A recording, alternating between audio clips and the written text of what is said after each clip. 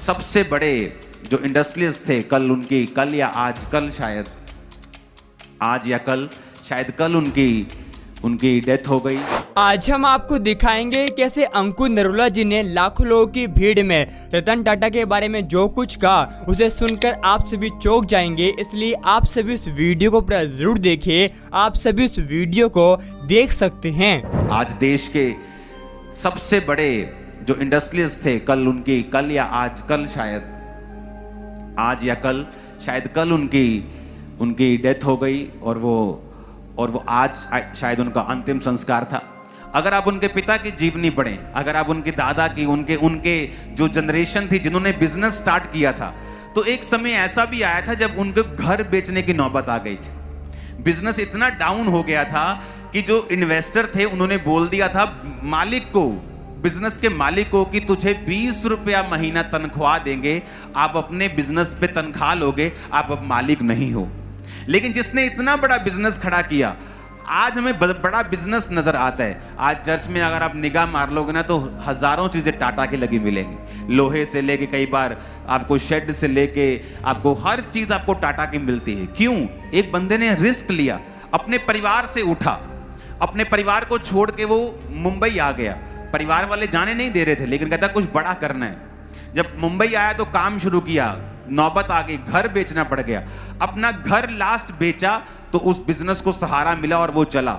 एक शारीरिक बंदा ये जानता है कि रिस्क लेना होगा, पर एक आत्मिक बंदा इतना मूर्ख है कि वो जो परमेश्वर दिखा रहा है, उनको तो ये भी मालूम नहीं है कि मैं घर बेच दूंगा बिजनेस चलेगा कि नहीं चलेगा। वो तो रिस्क ले रहे हैं, पर हमको 100% ये मालूम है कि अगर हम रिस्क लेंगे, अगर हम आत्मिक रिस्क लेंगे, ये बिजनेस कभी फेल नहीं होगा, आत्मा में हम कभी फेल नहीं होंगे, कभी परमेश्वर हमको छोड़ेगा नहीं, कभी त्यागेगा नहीं। ऐसा एक भी विश्वासी बाइबल में नहीं है जो अब्राहम के समान जिसने परमेश्वर को फॉलो किया हो और बाद में परमेश्वर ने उसको पूछा ना हो, या बाद में परमेश्वर ने उसको छोड़ दिया हो, या उसको रिस्क लेने का कोई फायदा ना हुआ हो। मैंने रिस्क लिया है, पैसों का भी लिया, जान का भी लिया, रिश्तेदारों का लिया, दोस्तों का लिया, हर चीज का रिस्क लिया। आज हर चीज मेरे पास बहुतायत में है क्योंकि मैंने वो रिस्क लिया। आज अन्य लोगों के पास वो चीजें क्यों नहीं है? क्योंकि उन्होंने रिस्क नहीं लिया। हालेलुया। आज लोग सुनना चाहते हैं, अच्छा खामरा चर्च क्या कहती? क्यों? क्योंकि जब बड़े मुद्दे होते हैं कोई बोलता नहीं, सब चर्च की ओर देखते हैं। तो जो रिस्क लेता है फिर उसको लोग सुनना शुरू करते हैं। कितने मेरी बात को समझ रहे हैं? आत्मिक रिस्क इसकी एक वैल्यू है।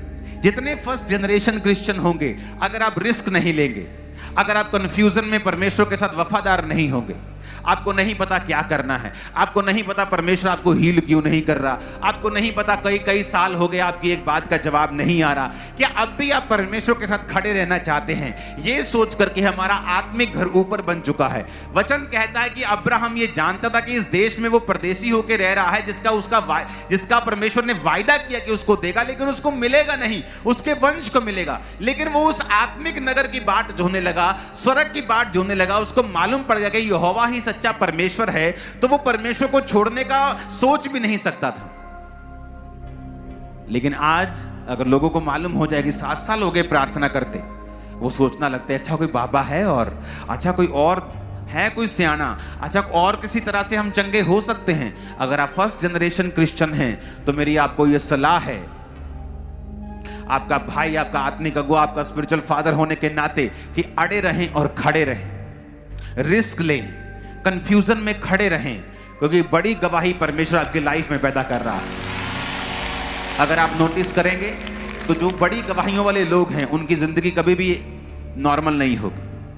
पूरी बाइबल पढ़ के देख लो, अब्राहम से लेके आदम से लेके पूरी बाइबल पढ़ लो। चलो मैं एक क्वेश्चन आपसे पूछता हूं, आदम का पहला बच्चा कितने साल में हुआ था? 130 वर्ष के करीब हुआ होगा अगर आप बाइबल पढ़ लें तो। किसी का 65 वर्ष में हुआ, किसी का 300 वर्ष में, किसी का 200 वर्ष के बाद बच्चा होता था। आप जानते हैं नूह का बच्चा कितनी देर बाद हुआ? जब वो 500 साल का था। नूह का पहला बच्चा जब हुआ, नूह 500 साल का था। इमेजिन करो अगर 2024 चल रहा है तो 1524 और आज बच्चा हुआ। पता नहीं नूह ने क्या क्या देख लिया होगा। नूह के इतना लेट क्यों हुआ? क्योंकि परमेश्वर ये जानता था कि नूह एक धर्मी इंसान है और मैं इसको यूज करूंगा, मैं इसको इस्तेमाल करूंगा। तो परमेश्वर नहीं चाहता था कि वो इन चीजों में पड़े। उसने परमेश्वर ने पहले उसको आत्मिक किया, पहले उसको स्पिरिचुअल किया, पहले उसकी लाइफ में काम किया, पहले उसकी लाइफ में, क्योंकि वो फर्स्ट जनरेशन क्रिश्चियन है।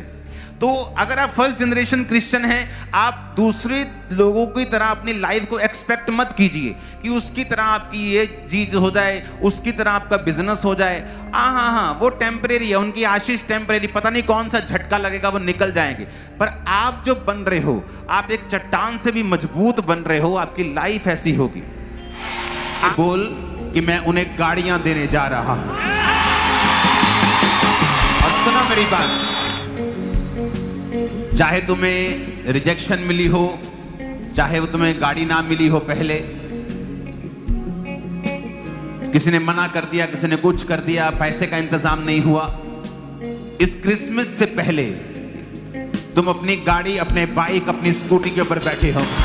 आप सभी इस वीडियो को भी छोड़ के ना जाए, आप सभी इस वीडियो को पूरा जरूर देखिए। जैसा कि आपने वीडियो में देखा कैसे प्रभु यीशु मसीह के दास अंकुर नरोला जी ने लाखों लोगों की भीड़ में रतन टाटा के बारे में जो कुछ कहा, उसे सुनकर आप सभी क्या कहेंगे आप हमें कमेंट में जरूर बताएं। और प्रभु यीशु मसीह का वचन कहता है तुम एक दूसरे के लिए प्रार्थना करो, इसलिए आप सभी रतन टाटा के परिवार के लिए प्रार्थना करें कि प्रभु यीशु मसीह की शांति उनके परिवार में बनी रहे। क्योंकि प्रभु यीशु मसीह का वचन कहता है यूहन्ना 3:16 में, क्योंकि परमेश्वर ने जगत से ऐसा प्रेम रखा कि अपना एकलौता पुत्र दे दिया, ताकि जो कोई उस पर विश्वास करे वह नाश न हो लेकिन अनंत जीवन को प्राप्त करे। हमारा प्रभु यीशु मसीह इस संसार के पापियों से बहुत प्यार करता है और जो लोग इस संसार में खोए हुए हैं उन सभी को हमारा प्रभु यीशु मसीह ढूंढने के लिए आया है। इसलिए प्रभु यीशु मसीह का वचन कहता है ना तो बल से ना तो शक्ति से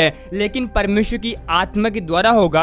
आप सभी को हम बताना चाहते हैं रतन टाटा एक बहुत ही भले इंसान थे जिन्होंने कि अपने जीवन में बहुत अच्छे कर्म किए थे। और प्रभु यीशु मसीह का वचन कहता है अगर हम प्रभु यीशु मसीह के वचन को मानेंगे तो प्रभु यीशु मसीह हमें सचमुच बहुत आशीष देगा। आप सभी रतन टाटा के बारे में क्या कहेंगे आप हमें कमेंट में जरूर बताएं। और आप सभी इस वीडियो को एक व्यक्ति के साथ जरूर शेयर करें ताकि वह व्यक्ति आपको तरह नरक की आग से बचाया जाए और वह व्यक्ति आपको तरह प्रभु यीशु मसीह को पहचान सके। क्योंकि आज बहुत सारे लोग हैं जो कि अंधभक्त बने हुए हैं और हमारे सच्चे प्रभु यीशु मसीह को बड़े बड़े मूर्तों में ढूंढते हैं, लेकिन यीशु मसीह का वचन कहता है सत्य को तुम जानोगे और सत्य तुम्हें स्वतंत्र करेगा। प्रभु यीशु मसीह आप सभी को बहुत